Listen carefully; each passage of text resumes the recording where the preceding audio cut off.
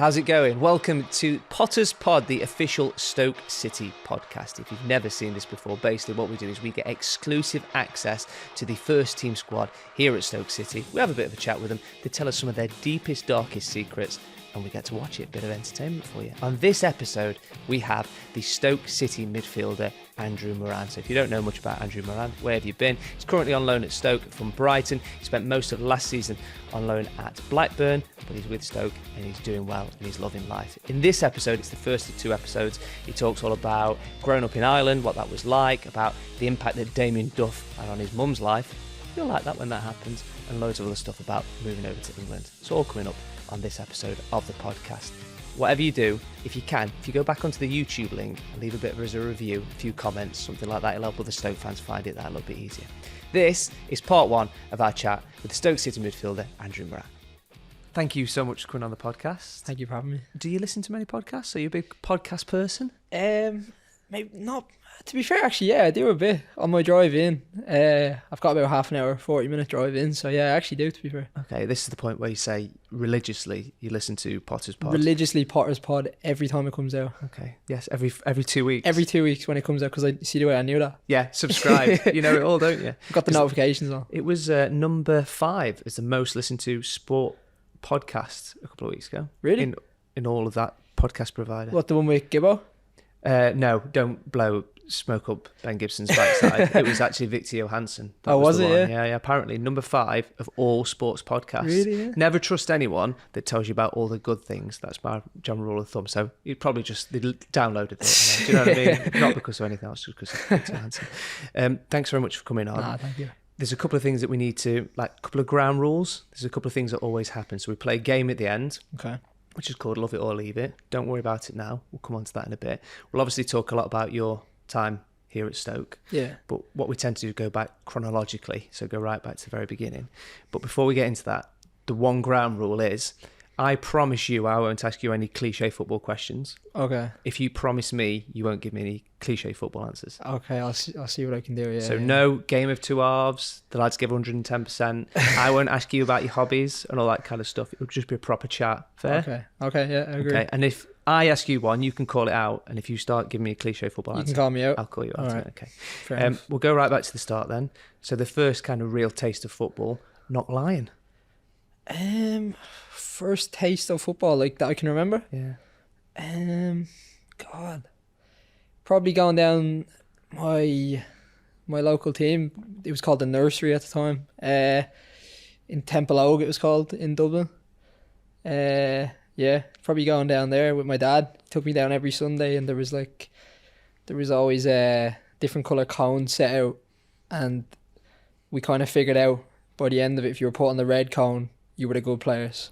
So it was like always trying to get onto that red cone, yeah. And you signing for Not Lying as a really young player. Was that like your first kind of real taste of playing football at that kind of standard? Yeah, how do you know Not Lying? You just wait. Yeah, Not Lying. My dad was the manager, so that's probably what got me in, yeah. Yeah, just literally local schoolboy team. I played the year up because my brother played for them and my dad was the manager. I don't know if I was good enough to actually play the year up. I think it was more my dad was the manager. But that's mad. That's some memory you brought up there. And am I right in thinking, so Not Lying's like quite a nice suburb of South Dublin? Yeah, I'd say so, yeah. Kind of, it's a weird place, Not Lying, because you're like between Tala, which is a bit rough, lovely place, lovely people, but it's a bit rough. Good, yeah, well recovered. And then on the other side is Terranure, which is kind of like the complete opposite. It's like real, like posh, like upper class. So Knockline's kind of in the middle, so you get a mix of everything there. Yeah. Growing up there, what was that like? Because I'm quite conscious that a lot of people that will listen to the podcast will be from Stoke and Staffordshire and around this area. How does it compare to what it's like when you come here? I'd say similar enough. Yeah, like just normal people who like to have a laugh, like to have a bit of crack. Yeah, no, I'd say similar enough. I've always kind of said, I think Dublin is a lot more similar to kind of like the north of England and northern people. I don't know if Stoke class themselves as northerners. Midlands. Yeah. Midlands. I think like it's kind of the same where it's like that culture of just having a laugh with each other, just never taking yourself too seriously. So Yeah, no, I loved growing up. Growing up in Dublin was class, yeah. St Joe's? Yeah. So I went from Knockline, my dad's team, when I was kind of getting a little bit like, not like I was like under 12s, like not as if I'm like gaining any traction or anything, but like I was quite good for a schoolboy team, which is what Knockline is. It's just kind of like a local family club. So yeah, I was getting kind of contacted by like the bigger clubs in Dublin, like your Kevin's, Joey's, Crumlin. So I went to Crumlin from there. And then from Crumlin I signed for Joey's, St. Joe's, which was amazing. Like, I worked with some great people there. Probably made my career turn out how it has. That was a big part of it. What was that it about Joe's move? I think when I was at Crumlin, I kind of hit a wall where I'm really young here, like under 13s, 14s, but I kind of stopped not enjoying football, but it was I was out of the team at that age, and at that age you're just trying to enjoy football, like. So yeah, the move to Joey's kind of brought my love back for football, I'd say. It's very serious now for under 14 football. I'm going a bit deep there, but worked with Gavin Tehan, Mick Brown, Paul O'Reilly, Jay Costello at Joey's, and I was loving my football again. And then from Joey's has a link with Bray Wanderers, which you're probably going to get onto, seeing as I can tell you've done your research. So yeah, that kind of got me into Bray, which then got me my move to Brighton in the end. Yeah, the reason why I'm talking to you about this is because it might seem like we're going right back. Yeah. Obviously, you're only 21 anyway, so there's a limited amount of time, things that we can talk about. Yeah. But going at that age, how can I put this? You were very, very small, weren't you? Yeah. So the reason why I want to talk to you about this is I want to find out what kind of impact that had on your football career, but also there'll be a lot of people listening to this that might have kids that might be able to relate to the fact that, you know, when people get just cast aside because they seem too small, how much of an impact do you think it had on you? No, you're definitely right. I think at that age you can kind of like, I think a lot of people and managers can take football a lot too serious at that age and be really worried about like winning at like under 12s, and it's a bit like, so yeah, the smaller lads will just get kind of cast aside a little bit, which I could say, you could probably say that happened to me a little bit, but it's a good point, and it's something I've kind of spoke about with people, and it does, like, I'm lucky that I got somewhere and managers at that age that kind of brought my love back for football, because that was kind of what lost it for me, because I was losing my place in team to like bigger lads. No, it's a good point. I wanted it to be more of a kind of an inspiration for people that might have smaller kids, or might be younger age that listen to this. To be honest, I think it helps you being that small, because it makes you kind of, you have to be so much better than everyone else to just kind of be like even, you know what I mean? And it teaches you, like, I'm never going to be one of the biggest lads on the pitch, so I need to play where I can, like, if I'm finding myself in a duel, I've done something wrong, so I need to like make it so people can't even get close enough to me to push me off the ball and stuff like that. And at that age, if you can develop stuff like that, like all the technical stuff that helps you stay out of stuff like that, I think it makes you better in the long run. Like, there's so many players you've seen that were small as a kid that it's probably helped them, because eventually it all evens out. Everyone grows different rates. So And St Joe's, for Stoke fans, it's quite a strange system. Well, not strange, but it's different to what we might have here in England. Yeah. In the fact that because it was a feeder team to Bray, people that are Stoke fans will recognise the name Clive Clark, because he was a former St Joe's player as well. Yeah. I actually didn't know that. But no, so it kind of works like, there's schoolboy leagues when you're younger, and then from, I think it's now under 13s and up, but when I was playing it was under 15s. It starts with League of Ireland academies, so kind of like what you'd have here, like Stokes and like Man Uniteds and Arsenals and stuff like that, like proper academies. Kind of all the League of Ireland clubs are like, they try and get affiliated with some of the schoolboy clubs, because that's where they get all the best players from. So like, for example, Joey's was linked with Bray. Kevin's is linked with Bohemians. There's loads of different loads of different examples of it. So yeah, so I went to Joey's, and then from there, yeah, went on up to Bray. Is it quite strange being an inspiration to those players? Because you'll speak to people that go to those schools that they're from your area or different parts of Ireland, that you will now be held up as like this success story. Yeah, I do find it quite weird, to be fair, because like whenever I go home, I've been back to Knockline in the summer actually, just there, and you see the kids going mad and all, and it's crazy to think, because it doesn't feel like that long ago that like that was me. And of course, you don't feel any different. You're still you, but I know, you just play for yeah. a different football club. Yeah, and even like, not that I get recognised loads or anything, but like sometimes walking around Knockline, like someone will kind of come up to you and ask for a picture, or like you kind of hear someone whispering like, "Oh, is that Moran?" or something like that. And it's just like, it's a bit like pinch me, like what is actually going on? Like, why do people care about me? You know, because you just feel like just a normal lad. Well, it's funny you should say that, because this podcast is all about kind of making people recognise that just because they might be heroes that you see on a Saturday or Tuesday or Wednesday or whenever, Yeah. just because these footballers are normal people. With that in mind, so St Joe's played obviously a big part of your What have time. we got here? Let me just see if I can get this for you. Do you want to just hit play on that? Mick Brown. Oh my God. Hi Andrew, Mick Brown again from St Joseph's. On behalf of everyone at the club, we'd like to wish you continued success at Stoke and in your career going forward. You've always been a very hard-working individual, very humble, respectful. You've always applied yourself well and rise to any challenge that's presented to you. So you deserve all the success you get. Hi Andrew, how are you? Willie, come on. Your old coach at Bray Wanderers. Willie with the man Just bun. sending you a message just to wish you all the best at Stoke this season. Absolutely love coaching you, and listen, from a personal point of view, I'm so proud of you. I think you're doing absolutely brilliant over there, as do all the other boys. Your career's really blossoming and you fully deserve it, and I know there's a lot more to come out of you. Love watching you play, and you've got a brilliant style about you. Wishing you continued success in the future, and we'll be keeping a close eye on you over here, and yeah, delighted to see you doing so well, so keep up the good work. Well done, mate. Hey Andrew, Gav Tien here. Hope you're well, mate. Just want to echo what the other boys have said. Look, it's been a privilege coaching you, getting to know you, seeing how you're maturing and developing into a young man and a young professional footballer.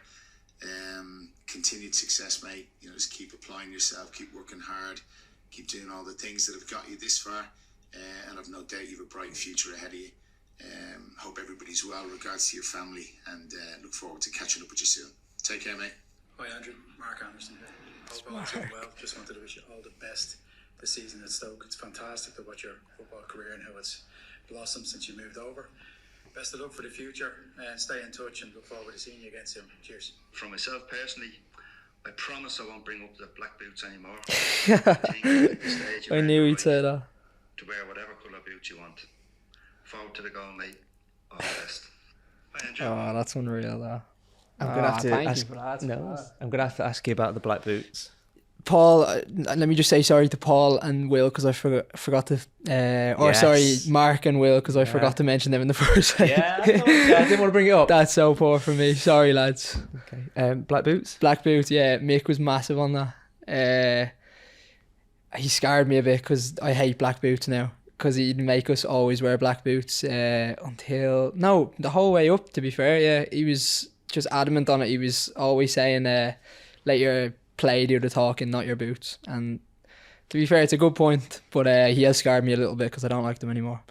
One of the things that we mentioned a few moments ago, which I wanted to talk to you about now, is about your size. My mate, me and Mick are mates now, by the way. Yeah, what a guy. Absolute legend there. He sent me some photographs, and I appreciate that when someone goes on a podcast about a photograph, it's an absolute waste of time, but this will be on social media, so if you want to see it, you can. There's one picture in particular, which you'll understand now why I'm telling you about it, is this picture here. Yeah. Do you remember that one? I do, that's the Kennedy Cup, yeah. So do you want to explain it rather than me trying to explain it? So will they be seeing this? Yeah. Oh, they'll be seeing this, right? So, I think I'm on my tippy toes there. Am I? Yeah. I'm trying to not look as small as I am. Yeah. I was just really small growing up. Yeah, there's not much more to it. So that's when we say you were small at that age, you were small. Yeah, and I was. That influenced the position that you played on the pitch as well. Didn't they have to move you around so they could include you? Yeah, so I played right back. Growing up, I was always like an attacker, like for my dad's team, and then for Crumlin, I was like a striker or a left winger. And then when I went to Joey's, I was playing right back. I actually really enjoyed it, to be honest. It was really fun. Like, you get the ball so much at right back, and everything's in front of you. I really enjoyed it, but I think eventually I wasn't the best defender, so there was no future in it. But it was actually fun while I did it, and then eventually when I started to even out a little bit, I got thrown back in midfield. Yeah. I've seen quite a lot of clips of you when you were playing for St Joe's, and again, this is something that we'll include on the social side of it. But the way that you pick the ball up, obviously it's similar to what Stoke fans will see you do now, but the age you were doing that, I'll show you the clip in a second. You must have only been like 12 or 13. Yeah. And again, these are clips that St Joe's took out to send to other clubs, but the way that you picked the ball up was like unbelievable at that age. And Mick tells me that you're better with the ball at your feet. He thinks you're faster when you're running with the ball. Yeah, he always when used you're to say without. that to me. To be fair, I actually would agree with that, yeah. I don't know what it is. I think my legs move quicker when there's a ball underneath me. I don't know what it is, yeah. Knock Lion is Damien Duff country, isn't it? Yeah. Did he try and sign you? Did he go around your mum and dad's house? Yeah, he did actually, funny enough, yeah. Because he was the Shamrock Rovers under 15s manager at the time. And yeah, he did actually. How do you know that? That's mad. He came around to my house. And at that age, like, Rovers were like the best team in our age group, really. Rovers and Pats. Pats might have been a little bit better. But he tried to sign me mid-season. And to be fair, I did actually have to think about it because it was quite big, like, at the time. But eventually I just came to the decision that, like, Mick and Gav and Jay and all the lads at Joey's, they'd given me so much that I didn't want to leave that at that time anyway. It wasn't the right time. But that's mad though. Away from like the transactional side of it being football. Yeah. Damien Duff, who I It was imagine, mental. like, and your dad.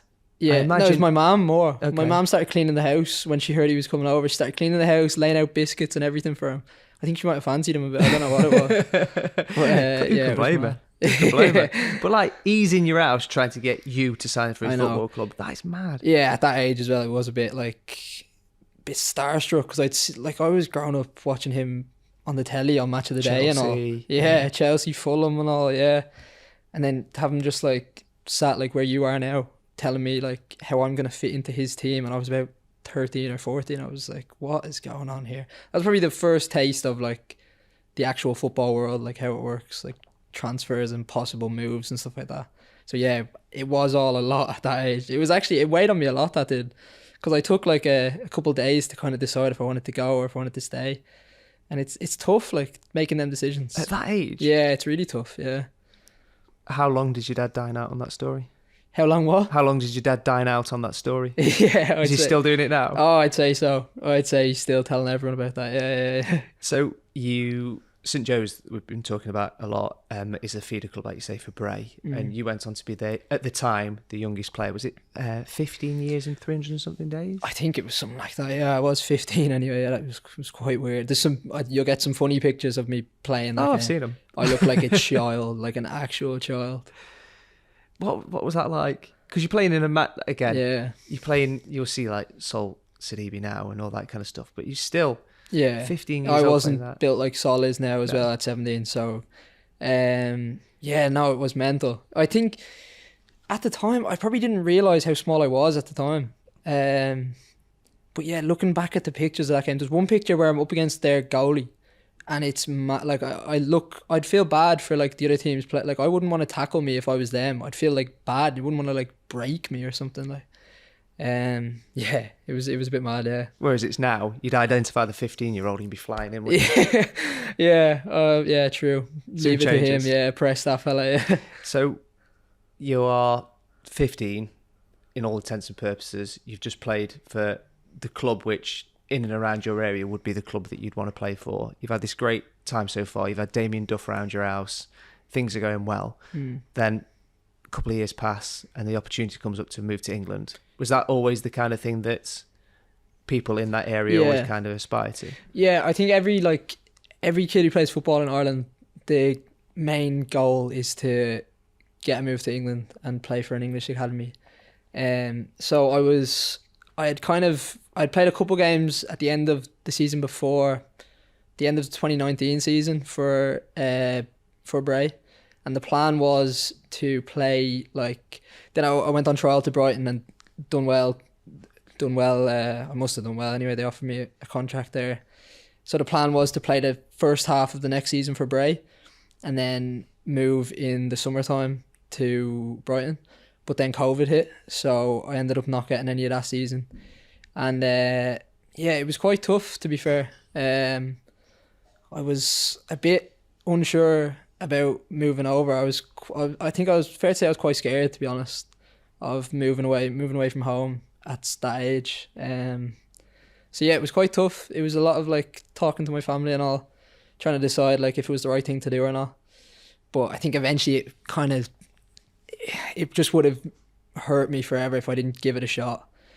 So yeah, the decision was to head over to Brighton. Yeah, I suppose the reason why we talk about this is because for people that listen to this have always lived in and around, well, in England basically, Ireland is obviously very, very similar, but a million miles away in certain aspects of it. Yeah. So at that age, to go to another country to play football might not seem like a lot to a lot of people, but when you're that age and if your family are in and around South Dublin and that's what you've known, it must have been a massive thing to... Yeah, it was just quite scary. It was just the unknown, I think. It took me, I know everyone think it's the dream to get offered to play football full time and all, but it was just it was scary because I was moving away from home. It was in the middle of COVID, so my whole first year, my family couldn't come over. I couldn't go home because of all the restrictions. So yeah, it was tough, but it was kind of that pushed me to go. It was just the sitting around at 50, saying to people oh, I could have went, but I didn't even give it a shot. So yeah, I just felt why not give it a try? And then luckily, it went way better than I could have ever imagined, to be honest. Youngest of two brothers, aren't you? Youngest of two, yeah. My brother's a year and a half older than me. Yeah. How did he feel about you leaving? I don't know. Actually. He was just quite happy because he was probably buzzing. He gets an extra bedroom. Yeah. He was like, I'm going to turn this into a proper cave. I'm a darts board over there. Yeah, he was probably he was pushing me to go. Yeah, planning what you do with my room. Yeah, I don't know. Because my brother always played football with me growing up, and then he kind of fell out of football. Probably when I left Knockline and my dad stopped being the manager, and he only did it as a kind of hobby thing. He's more into, he does music producing now, and he's doing unreal with it all, to be fair. Your family's disgusting. I know. Why are you so talented? My brother's way more talented than me, definitely. Have a day off. I know, it's annoying. Everything he touches, he just becomes unbelievable at it. It's mental. He can play every instrument you can think of. He's madness. He's way more. You should get him on the podcast, not me. He'd be way more interesting. Yeah, but imagine if he was sitting here and go, my brother is a professional footballer, so swings and roundabouts, I suppose. Yeah, no, my mum and dad did well, to be fair. Yeah, they got lucky. Yeah, we'll talk about Brighton and that move, and we'll talk about Blackburn, and obviously we're talking in depth about Stoke. But while we're talking about Ireland, I want to talk about representing your country. Yeah. As a proud Irishman, I imagine, even 21s, and then to get you full senior. I know we're skipping on in the timeline kind of thing, but let's talk about Ireland while we're there. The initial call up to the under 21s. To the 21s, yeah, that was unreal in itself. I was really young, to be fair. I think I was still 17. I had just made my debut for Brighton, and me and Evan Ferguson got called up at the same time. So yeah, that was class in itself. Never mind a few years after getting called up to the seniors. Yeah, the 21s was massive honour. I've seen a few goals. Could we talk about the tap-in against Turkey? The tap-in that I'm living off. I show everyone that goal. Again, that's my I appreciate there's ever. been a lot of stuff in this podcast that you will need. It's like further reading. Do you know, when you're at school, you've got to go and do your own work. If you get a chance, Google you and then Google goal v Turkey. I'm calling it a tap-in. Do you want to describe it? Probably the best goal anyone's ever seen. Probably. Yes, up there, top 5. Nah, it's definitely not that, but it's probably my best goal I've ever scored. Yeah. Okay. Yeah, I'm proud of that one. It's fair to say.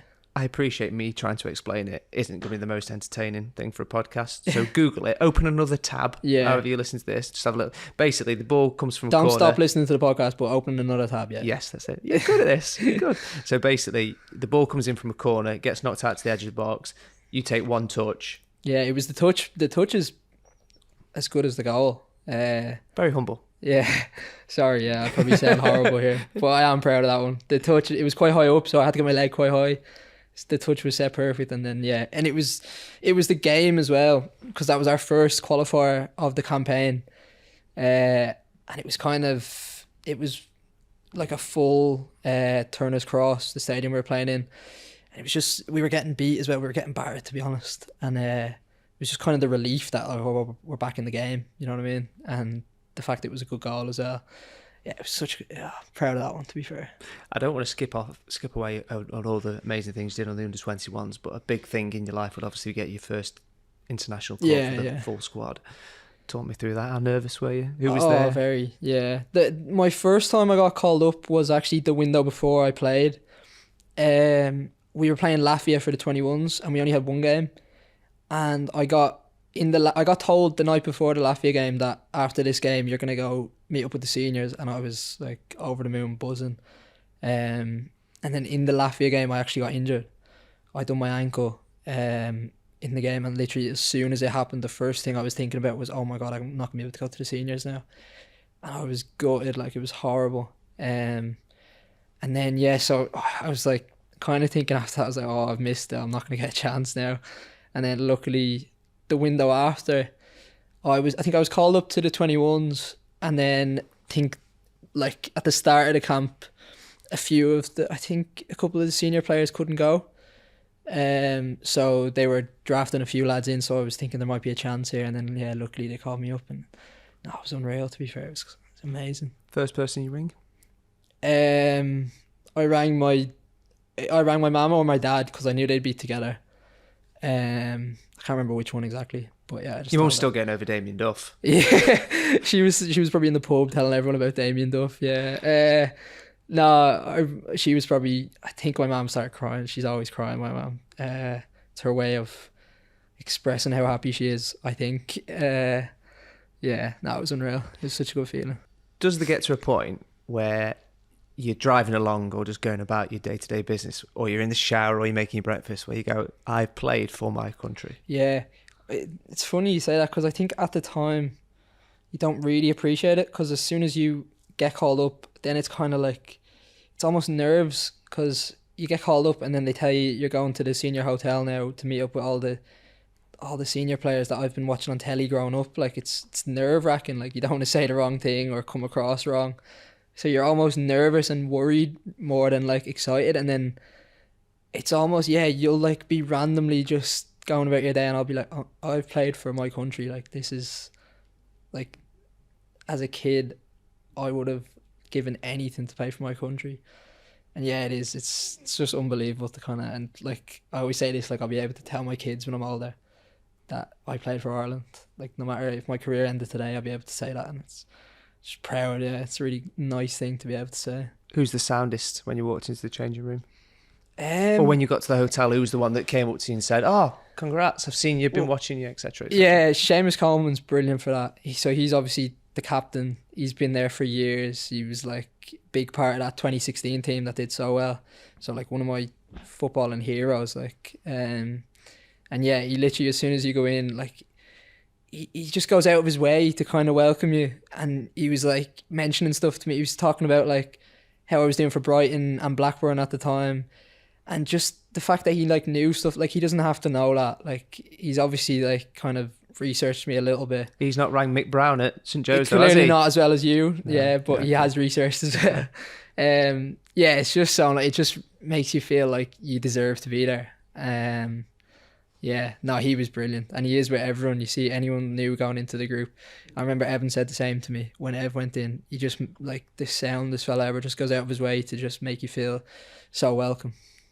When you're in there and you warming up for the match, and obviously you came on a substitute later on in the game, what are the nerves like compared to, we'll come on to your Premier League debut, we'll come on to your playing for Stoke and all that kind of stuff. Is it 10 times more nerve-wracking, or when you get into it, are you kind of into your role? Yeah, I'm actually not sure. To be I honest, don't think that's a cliche question. I'm allowing myself that one. You're borderline. Okay. No, I don't know. It's probably similar. It's probably similar to. I think your first game for any team is quite nerve-wracking. So my first game last year for Blackburn was quite nerve-wracking, being the first championship game, and it's like a full stadium. My first game was at Watford, which is funny enough same as my first one for Stoke. And then my first Prem one was very nerve-wracking. I'd say all the firsts are very nerve-wracking. They're probably all similar. It's hard to say which one's more than the other, but I think the Ireland one was probably a little bit more excitement. Just because it was at home in the Aviva. I could like see my family behind me and all, and it was a little bit like, this is so cool. Like, I remember I've come to this stadium so many times in my life, like sat up watching the games. So that was a little bit more like, this is unreal. Like, this is so fun. Whereas like the club ones are a bit more like pressure. You need to do well. You need to stay in the team. You need to do all that. You know what I mean? Have you got the physical cap? I still haven't got it. No. Have you not? No. I was talking to someone about this. I need to put in a request for it. Yeah. Can we start a campaign? Or do we not need that level? No, let's not burn any. Let's not make anyone annoyed at me now. I might have threw someone under the bus. The headline would be Moran demands cap. Yeah. It'd be on the Daily Mail. You're getting me in trouble now. Yeah. Do it. So that was part one of our two-parter interview with the Stoke City midfielder Andrew Moran. I hope you enjoyed that. Don't forget, if you subscribe to the channel, you'll know all about every single episode on this feed. The second it drops, you will know about it first. Also, while you're here, why not go and have a look at some of the other videos we've got? There's some mint stuff, to be fair. I've watched the training videos. In particular, there's a really good video with Wouter Berger and Michael Rose that when I was in the hotel room the other night, I was watching, I was quite impressed. Not weird, it was perfectly fine. Give it a little watch when you get a chance. Subscribe, like, do all that kind of stuff. We'll see you soon.